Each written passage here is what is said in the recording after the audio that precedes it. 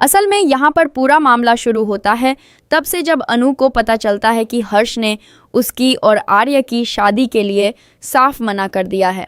जी हाँ, हर्ष ने बिल्कुल सीधे और साफ शब्दों में कह दिया है कि यह शादी नहीं होगी। और यह बात जब अनु के दिल तक पहुँचती है तो वो टूटती नहीं बल्कि और मजबूत हो जाती है, क्योंकि अनु वो लड़की नहीं है जो इतनी आसानी से हार मान ले।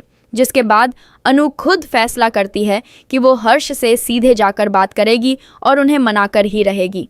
तभी वो हर्ष के कैबिन की तरफ बढ़ती है और दरवाज़ा खटखटाकर अंदर जाती है। अंदर जाने के बाद अनु बिल्कुल शांत लेकिन दृढ़ आवाज़ में हर्ष से कहती है कि हर्ष सर, मुझे पता है आपने मेरी और आर्य सर की शादी के लिए मना कर दिया है, लेकिन मुझे बस एक बार आपसे बात करनी है, बस एक मौका दीजिए। लेकिन हर्ष पर अनु की इन बातों का कोई असर नहीं होता। हर्ष वहाँ बैठा रहता है और ठंडे दिल से कह देता है कि मैं इस शादी के लिए कभी नहीं मानूंगा, कभी नहीं, समझी? अब तुम निकल जाओ इस कैबिन से और दोबारा यह बात मत करना। यह सुनकर भी अनु वहाँ से नहीं जाती, बल्कि वो और हिम्मत से खड़ी रहती है और हर्ष को समझाने की कोशिश करती है। लेकिन हर्ष को यह बिल्कुल पसंद नहीं आता और वो गुस्से में आकर अनु को डांटता है, फटकारता है और ज़ोर देकर उसे कैबिन से बाहर निकाल देता है। जिसके बाद कैबिन का दरवाज़ा बंद हो जाता है और अनु बाहर खड़ी रह जाती है। अब यहाँ पर जो होता है वो देखकर दिल को सच में बहुत तकलीफ़ होती है। अनु ने हार नहीं मानी, वो कैबिन के बाहर ही खड़ी रही।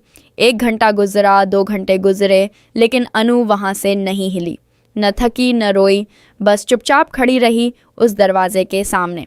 अब यहाँ पर झंडे की नज़र पड़ती है अनु पर और वो हैरान हो जाता है। उसे समझ नहीं आता कि अनु इतनी देर से यहाँ क्यों खड़ी है।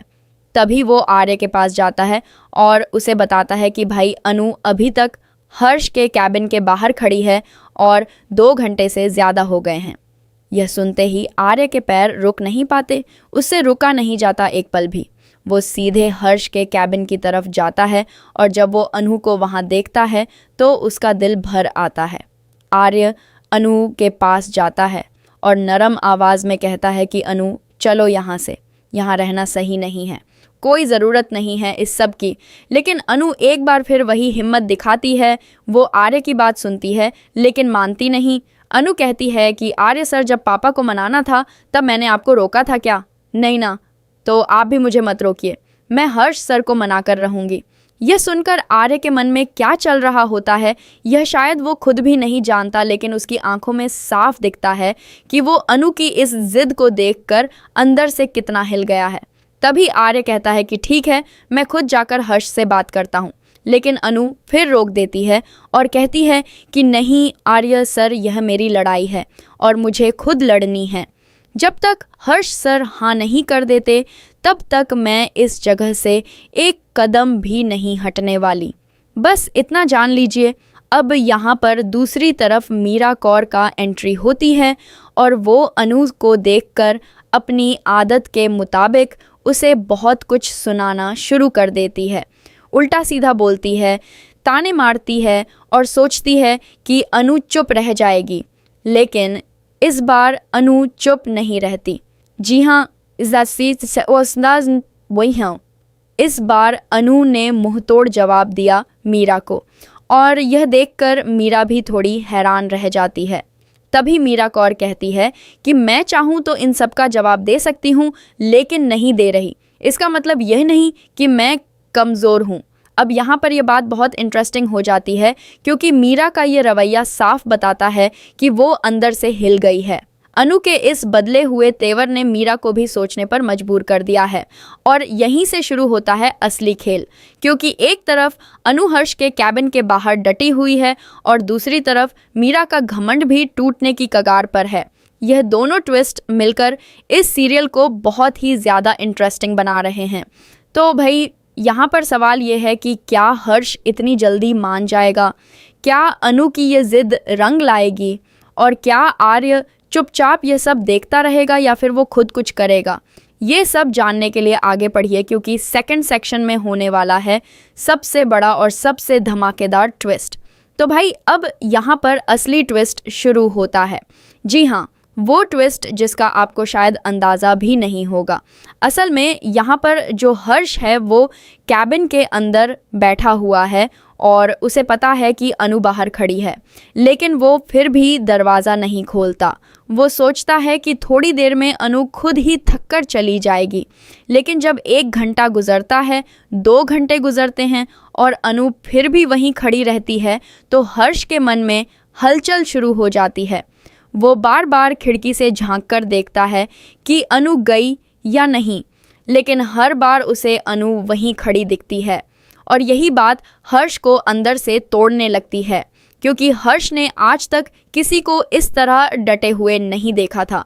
उसके लिए यह नया था, उसके लिए ये हैरान करने वाला था। एक आम लड़की जिसे उसने इतनी बेइज्जती से बाहर निकाल दिया, वो फिर भी वहाँ खड़ी है, बिना किसी शिकायत के, बिना किसी गुस्से के, बस चुपचाप अपनी जगह पर डटी हुई। और यही अनु की सबसे बड़ी ताकत है जो हर्ष को महसूस होने लगती है। जिसके बाद यहाँ पर हर्ष के मन में एक अजीब सी बेचैनी आ जाती है। वो काम में ध्यान लगाने की कोशिश करता है, लेकिन नहीं लगा पाता। उसकी नज़र बार बार उस दरवाजे की तरफ जाती है। तभी उसके एक करीबी कहता है कि सर, वो लड़की अभी तक बाहर खड़ी है, भूखी भी होगी, थकी भी होगी, लेकिन हिली नहीं। यह सुनकर हर्ष कुछ नहीं बोलता, लेकिन उसके चेहरे पर जो भाव आते हैं वो बहुत कुछ कह देते हैं। और यहीं से हर्ष के दिल में पहली बार एक दरार पड़ती है। वो सोचने लगता है कि आखिर यह लड़की है कौन जो इतनी आसानी से झुकती नहीं, जो इतनी मुश्किलों के बाद भी टूटती नहीं। और तभी हर्ष को पहली बार अनु में वो चीज़ दिखती है जो उसने पहले कभी नहीं देखी थी। एक जज्बा, एक हिम्मत, एक ऐसी ललक जो किसी भी इंसान को बड़ा बना देती है। लेकिन हर्ष अभी भी अपने घमंड को नहीं छोड़ता। वो खुद से कहता है कि नहीं, मैं नहीं मानूंगा, यह शादी नहीं होगी। लेकिन भाई किस्मत को कुछ और ही मंजूर था।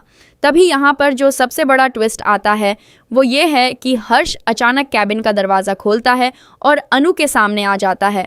अनु उसे देखकर चौंकती नहीं, घबराती नहीं, घबराती नहीं, बस शांत नज़रों से हर्ष को देखती रहती है और यह शांति हर्ष को और भी ज़्यादा हिला देती है। तभी हर्ष कहता है कि ठीक है, मैं इस शादी के लिए मान जाऊंगा। यह सुनकर अनु के चेहरे पर खुशी आती है, लेकिन तभी हर्ष आगे कहता है कि लेकिन एक शर्त है। जी हाँ भाई, यहाँ पर हर्ष शर्त रखता है और वो शर्त बहुत ही दिलचस्प है। हर्ष कहता है कि अगर तुम्हें इस घर की बहू बनना है तो तुम्हें हमारे स्टैंडर्ड के हिसाब से चलना होगा, हमारी तरह खाना होगा, हमारी तरह बैठना होगा, हमारी तरह उठना होगा और हमारी तरह पहनना होगा। तभी मैं इस शादी के लिए हाँ कहूँगा, वरना ये बात यहीं ख़त्म। अब यहाँ पर सवाल यह है कि अनु इस शर्त को मानेगी या नहीं, क्योंकि एक तरफ उसकी अपनी पहचान है, अपना स्वाभिमान है, और दूसरी तरफ है आर्य से उसका प्यार। और यह दोनों चीज़ें एक साथ बचा पाना इतना आसान नहीं होगा। लेकिन अनु ने जो फैसला किया वो देखकर आप हैरान रह जाएंगे। अनु ने हर्ष की शर्त सुनी, एक पल रुकी और फिर कहा कि ठीक है हर्ष सर, मैं आपकी हर शर्त मानने के लिए तैयार हूँ। यह सुनकर हर्ष खुद हैरान रह जाता है, क्योंकि उसे उम्मीद नहीं थी कि अनु इतनी जल्दी हाँ कह देगी। और यहीं से शुरू होती है अनु की नई जंग। अब अनु को खुद को बदलना होगा, खुद को ढालना होगा। लेकिन सवाल ये है कि क्या अनु सच में खुद को बदल पाएगी? क्या वो अपना स्वाभिमान बचाते हुए हर्ष की शर्तें पूरी कर पाएगी? और क्या आर्य इस सब में अनु का साथ देगा या चुप रहेगा?